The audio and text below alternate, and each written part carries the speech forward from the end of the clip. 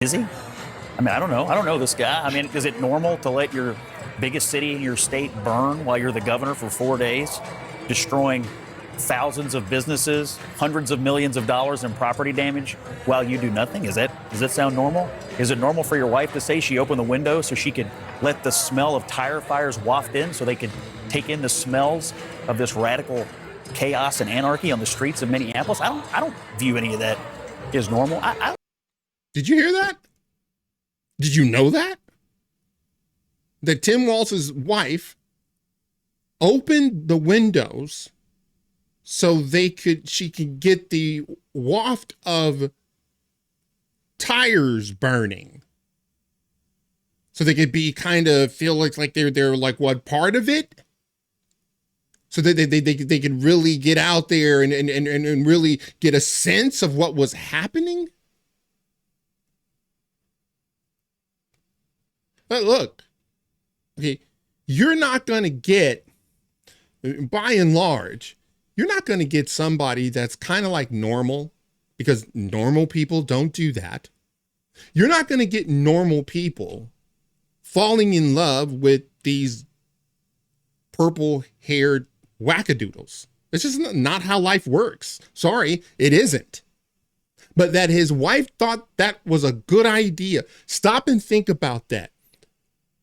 Businesses are being burnt to the ground with no recourse. You have the police standing down. Nobody is stopping them. They are allowed to loot and commit all kinds of violence, and no one stopped them. And then the governor's wife opens the window so she could get a waft of the burning. That's just sick. I look at this through the lens of decision making. And in two cases, they've showed us who they are. Kamala Harris absolutely bowed down to the radical left in her party by not picking Shapiro, who is Jewish. There was a nasty campaign run against him. Everybody knows it. No one wants to admit it, but everybody knows it. Mm-hmm. And she wound up choosing the person who was not Jewish and not as talented and not from the state that she has to win. He did a nice job tonight. Everybody can see why he was the best choice, but she couldn't do it because the party is somewhat awash in anti-Semitism. The thought that the Democrats are not replete with anti-Semitism is a joke. All of those people who were burning down cities and businesses, those are the same people who were commandeering college campuses. It's the same people, cut from the same ilk. These are the very same people that were yelling at the top of their lungs, defund the police. For Walz, when he did what he did during the riots, to me, it was him saying, I don't have the strength or the character to stand up to this anarchy. So in two big decision points for this ticket, they've showed us they will always bow down to the radical left. So I think if you want to talk about normal, to the normal people in this country, bowing down to the radical left is not normal. It shouldn't be normal, and it should be a flashing red light to the normies of America. He's not wrong. He's not wrong. That she picked this guy. Number one, you have to pick somebody that, as a president, you got to pick somebody that's, below you. You can't pick somebody that's better than you. Now you got to listen to this, because this is what they do. Okay. When they can't win the argument, when they know that they have already lost, what happens? Trump. is not the ticket for you. You know, one of the big issues in this election is a woman's right to choose. And guess what? Kamala Harris got a choice to make, and she got to make the choice who was going to be her running mate and who she was going to go into the next 90 days in, and maybe the next 4 years, and maybe the next 8 years. You don't get to tell her who she has to run with. Honey, I don't know if you know, but the reason you're on CNN is because of commentary. He was giving you his commentary. He was telling you what he thinks. That's all opinion. The entire panel is there to give their opinion. He in no way is saying, well, I'm going to send her an email and I'm going to try to tell her what she needs to do. Nobody is doing that. No one. But see, you can't criticize Kamala. You can't criticize her. If you do, well, you know what that makes you, don't you? She gets to choose that. That's what leaders do. There's no way you can say Tim Walz is radical because he wants to feed kids. He doesn't want kids to go home. You know who gets hungry is white kids, black kids, brown kids, poor kids get hungry. That doesn't discriminate. That's that's Tim Walz's policy. That's not a radical left. I said it was radical also, to let Minneapolis burn. Do you agree? Yeah. No, but let's go back to 2020. If you want to have a contest about who's more radical, you know it was radical sending troops out to clear protesters out in front of the White House so he could Donald Trump could have a photo op. You want to know what's radical? Not telling people on January 6th to stop, that you lost the election, and that Trump, his own vice president, Mike Pence, who won't come in a football field length of him right now, that's radical. That's who your guy is. I'll take Tim Walz any day. But Trump, that's when you know they know you lost. That's when you know that they know they lost. but Trump, it's like, okay, we're not talking about Donald Trump. We're not talking about the RNC. We're not talking about the GOP. We're not talking about Republicans. Right now, we're talking about Kamala Harris and her running mate and the reason she chose him over another candidate that was infinitely better and more skilled at every level. That's what we're talking about. But when you start telling them, well, you know, your party is beholden to a bunch of radicals, Trump.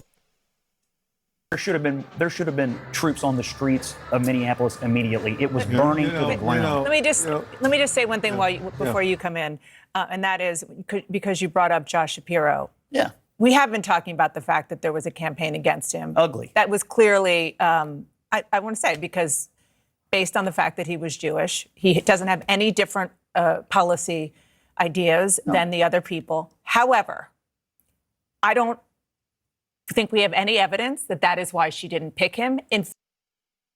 We don't have any evidence that that's the reason she didn't pick him.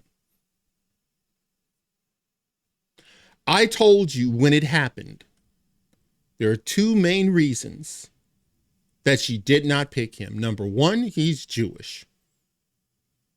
And the Democratic Party, and I mean the entire party, from the top to the bottom, is being held hostage by the radicals that commandeered college campuses and burned cities to the ground. They are being held hostage by these Looney Tunes. I told you that. Number two, everybody knows he's infinitely better than Kamala. Everybody knows that. And you're not supposed to, I guess, you're not supposed to mention it, because if you do, then you're a racist. You're a white supremacist. But Shapiro, I mean, I'm telling you, I've listened. He's a talented speaker. You get those every now and again, where the speaker has like a specific like cadence, almost like a gait to their speech that they can just mesmerize you and they can draw you in. Well, that's Shapiro. Now, I'm not telling you that I love his policies because I don't, but I can tell you this.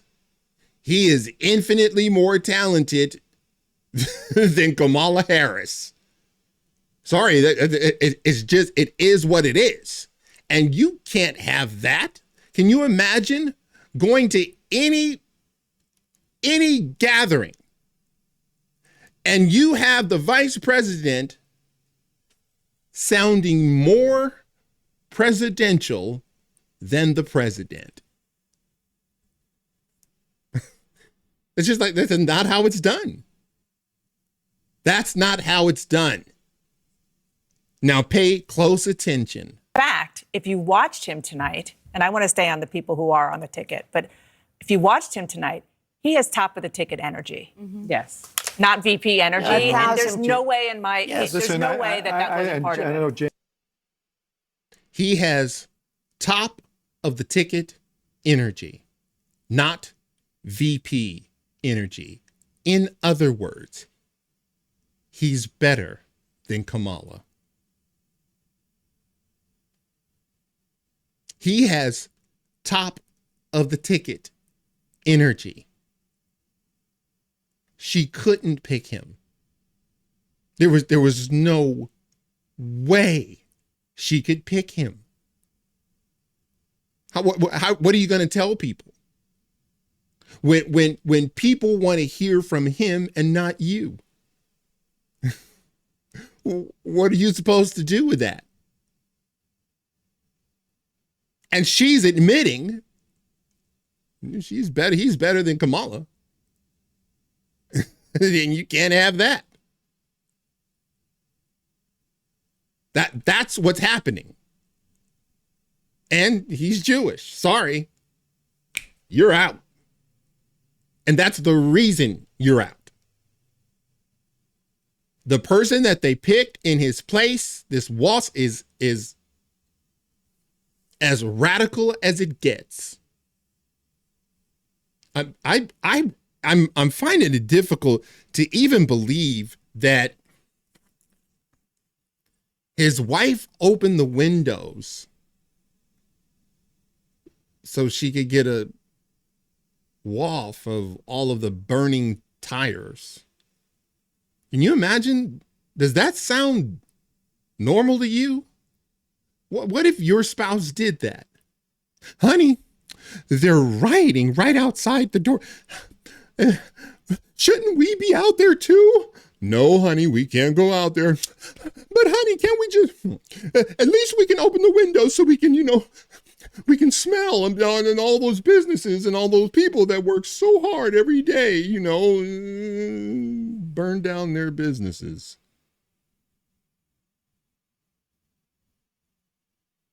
Wow. That is, wow. All right, that's it for now. If you like this video, smash that like button and subscribe. And if you're following me on Rumble, please press that follow button. And until the next time, God bless.